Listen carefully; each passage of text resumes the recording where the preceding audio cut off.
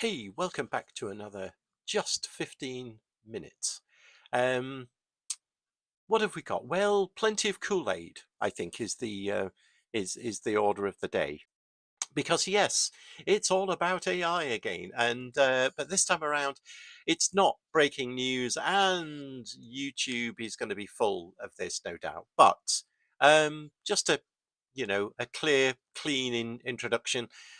Basically, OpenAI released ChatGPT search a couple of months ago to pro users, beta testers, and now they've fully released it with their 12 days of Christmas. So the good thing is it's actually available for anyone. You don't have to have a paid ChatGPT account. It's open to free users as well, and it is a bit like a pivotal moment, really.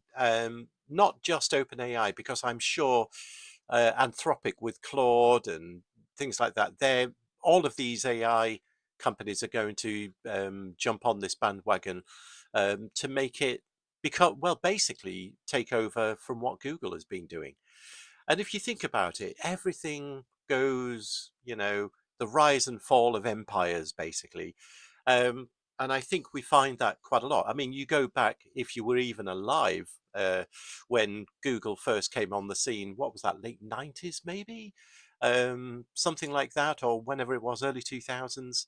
Um, before that, it was Yahoo and all the other search engines.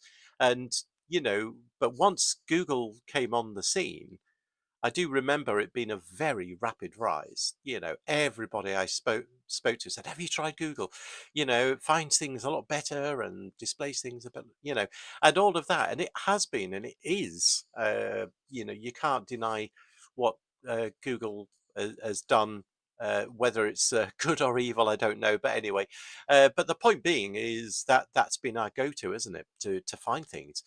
But with ChatGPT search, I think this is the new era of AI search.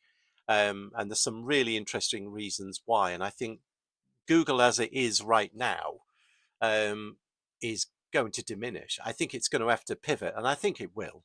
I think Google are going to use Gemini to do a similar sort of thing, I'm sure. In fact, they're probably already doing it.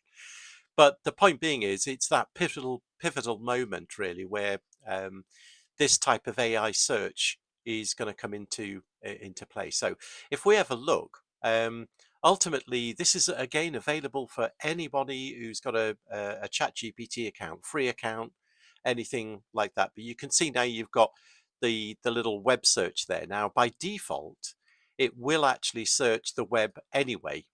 So you can basically go and search, and it will search the web and discuss what you're asking for as well. Okay, but that's all well and good, but you have to go to chat gpt, you've got to log in, you've then got to go and message and all that sort of stuff. But the other really good thing is, and we'll do it now, is to make it become your default, a bit like when you search in your address bar for Google. Okay, what you can do is download the Chrome extension, which, let's do that. Okay, now I'm using Edge, Microsoft Edge, but it is ultimately Chrome underneath, isn't it? Okay, so this works for Chrome, Edge, Firefox, and I think there's a few other browsers as well. So you can go and have a look for that, but this is the one that you want to get. So let's just get that, shall we? Let's do the add extension there. Thank you very much. Um, I think it's going to come in. Let me see. Yeah, yeah, I'll turn it on because we've got all this silly protection stuff going on. But we'll turn on the chat GPT search there. Okay, so if you do get that little pop up there, that's fine. Just go and enable that. Okay, so we've now got chat GPT in the in our extensions. Okay, so let's go to the settings now. Okay, and what we have to do is, again, this is going to be very similar on uh, Google Chrome or Firefox, to be honest. But if you ever look for something like where you've got privacy or privacy search and services. Okay, just have a little scan down all the way down here. Okay, you'll see all the way. My goodness, there's a lot of stuff, isn't there? Okay, under services on Edge, but it'll be similar on Chrome. What you need to do is look for this address bar and search. Okay, click on there and you can see, because we enabled the ChatGPT search, is ChatGPT search is controlling the default search engine. Okay, now you can turn it on and turn it off, all the usual thing. But also what you can do is you can say, well, I do only want to use the search box, but for me, I just want to use the address bar like I do for any type of search that I usually do with Google. Okay, and you can manage search engines. You can see somewhere down in the list here, we've probably got the um, wherever open. Where is it actually? That's a really good point, actually. I think it's hiding in there somewhere. Oh, there it is. GPT default. There we go. So that GPT is now the default search. Okay. So the good news is, yeah, you can come into ChatGPT and search, but you can now search from here. So yeah, things to do at Christmas, and I'm typing one-handedly because I still haven't got a decent mic with everything else. But you know what? I think I really read about doing YouTube stuff, and it doesn't have to be perfect. You don't have to have all the gadgets right up front. So there we go. That's what I'm doing. Okay, now at the first day, oh, you may get this message a few times. Okay, um, is this the search page you expected? Because Edge is trying to say something else is doing the searching for you. So you can restore settings quite easily, go back to your default search engine, but I'm going to keep changes. Okay, and things to do at Christmas. Now, you know, this is great because it's sort of like straight from my address bar. I haven't had to go straight into ChatGPT or anything like that. But you know, let me say, looking for gifts. Looking for gifts. It's a bit late for Christmas shopping anyway. Yeah, there we go. But either way, what you're going to find is when you've got the web search, okay, you can literally use that same thing about looking for gifts. Let's do that. And when I can copy things, so many pop-ups, so many pop-ups.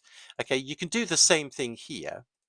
Okay, and then as you do a web search, okay, it will, yep, it's going to search the web as well. So it's going to do the same sort of thing. But you can see there, look, it's now got, you know, the typical type of search that you would find with obviously links, and you can hover over and all of these things. So, you know, you've got basically conversational search, really. So this is the interesting thing. Yeah, I mean, there was basically, if we scroll up, it came and it gave me a little bit of a conversational bit about what to maybe look for, but it then did give me some options there. And if you click sources, it will show you where those web searches came from. Okay. So, you know, if you want to trust a certain website, then you've got access to that as well. But the point being is that because it's ChatGPT, you can then sort of drill into this, and it knows the knowledge, doesn't it, of the history. So you can actually drill into, well, actually, I want this type of one or that or whatever it might be. So it is really quite interesting. And if you think about any type of search now, you can literally go straight to your address bar just as you would normally. You can have the search box if you want to, you know, be old school, but that's, you know, that's where it seems to be going. And I think it is really a pivotal, is that a word even? A pivot. I'm just going to stop saying that. You could edit this out, couldn't you? If I was a professional YouTuber, I'd be editing all this out, but I'm not going to, because that's what it is. But I do think it's a threshold of a new beginning of search, with AI. And I don't think, again, it's going to be just OpenAI. They're probably the first to it, but I can't believe that Google are just going to sit there and watch Google search just drop off a cliff.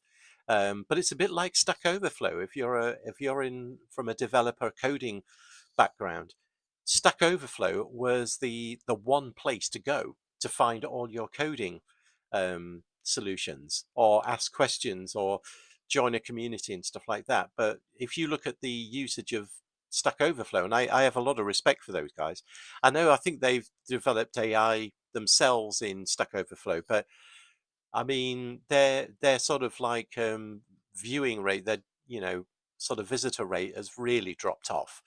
Um, and of course, with all of this AI that can actually give you code examples, but also, if we're looking for stuff, by the way, that's got videos, it's going to show YouTube directly in this display as well. And it does show a lot more than just what I'm showing at the moment. But the point being is that I think this is really the threshold of that new beginning. And I don't know what's going to happen to Google. I think they will no doubt have to follow suit with Google Gemini. But that's what I've got this time around. I'm making this my default because I drink a lot of Kool-Aid and follow AI anyway. But I think for me personally, having this conversational search is going to be a game changer. So that's what I've got. So leave your comments below, subscribe and like if you really must, and I will catch you on the next one.